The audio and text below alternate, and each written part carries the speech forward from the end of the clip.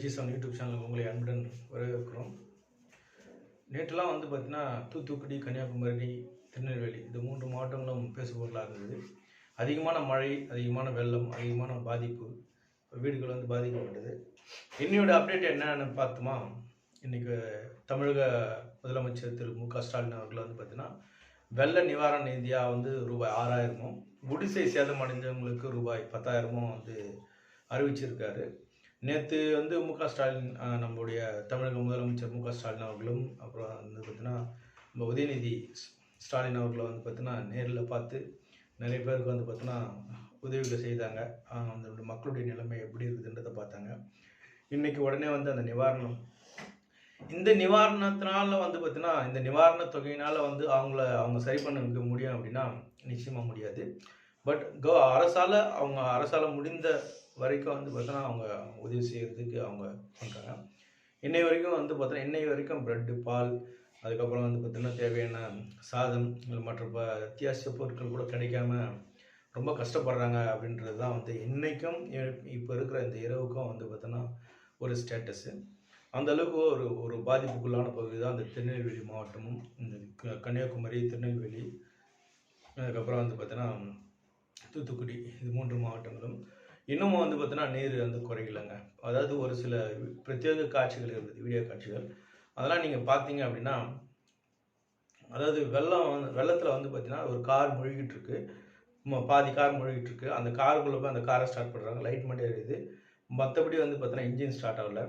அதுபோல் வந்து பார்த்தீங்கன்னா பைக் எல்லாமே வந்து முழுகிட்டு இருக்குது. அதாவது பஸ் ஸ்டாண்டில் நிறுத்தி வைக்கப்பட்ட மொத்த பைக்குமே முழுகிடுச்சு. அங்கே இருந்த கார்கள் எல்லாமே முழுகிடுச்சு. கடைகள் எல்லாமே ஃபுல் அண்ட் ஃபுல் வந்து பார்த்தீங்கன்னா ஃப்ளாப் ஆகிடுச்சு. அதாவது இந்த 3 மாவட்டங்களில் இந்த தூத்துக்குடி, திருநெல்வேலி, இதுக்கப்புறம் இந்த கன்னியாகுமரி, 3 மாவட்டங்களில் வந்து பார்த்தீங்கன்னா எல்லா இடத்துலையும் வந்து ஆவரேஜாக வந்து கால்நடைகள் வந்து உயிர் சேதம் அதிகமான ஒரு உயிர் சேதம், அதிகமான ஒரு பொருட்சேதம் இதெல்லாம் வந்து நடந்திருக்கு.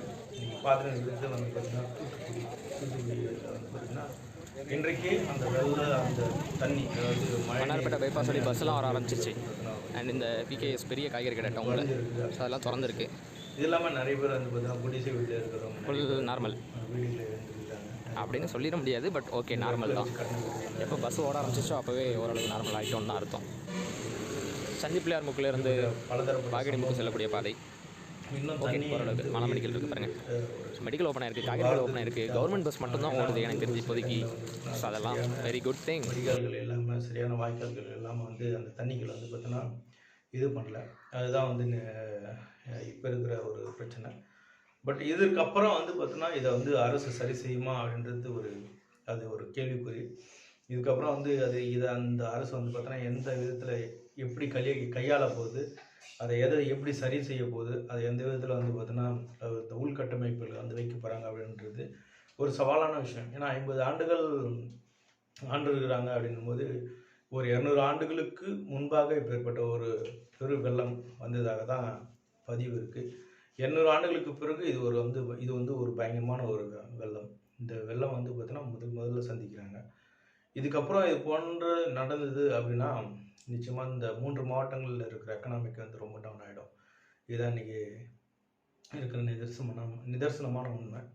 அதனால் நான் ஸ்க்ரீனில் ஒரு சில நம்பர் கொடுப்பேன். அந்த நம்பருக்கு வந்து பார்த்தீங்கன்னா அவங்க நிவாரணப் பொருட்கள் வேணும்னு சொல்லிட்டு நிறைய குரூப்பில் அவங்க அனௌன்ஸ்மெண்ட் பண்ணியிருந்தாங்க. அப்புறம் நேற்று வந்து வீடியோவில் வந்து பார்த்தீங்கன்னா நம்ம தமிழக முதலமைச்சருடைய நிவாரண நிதியுடைய டீட்டெயில் வந்து உங்களுக்கு கொடுத்துருக்கேன். உங்களால் முடிஞ்சதை நீங்கள் செய்யுங்க. முடிஞ்ச அளவுக்கு இந்த வீடியோவை ஷேர் பண்ணுங்கள். இந்த வீடியோவெலாம் நீங்கள் பார்த்துருப்பீங்க. சப்ஸ்கிரைப் பண்ணுங்கள், லைக் பண்ணுங்கள், கமெண்ட் பண்ணுங்கள்.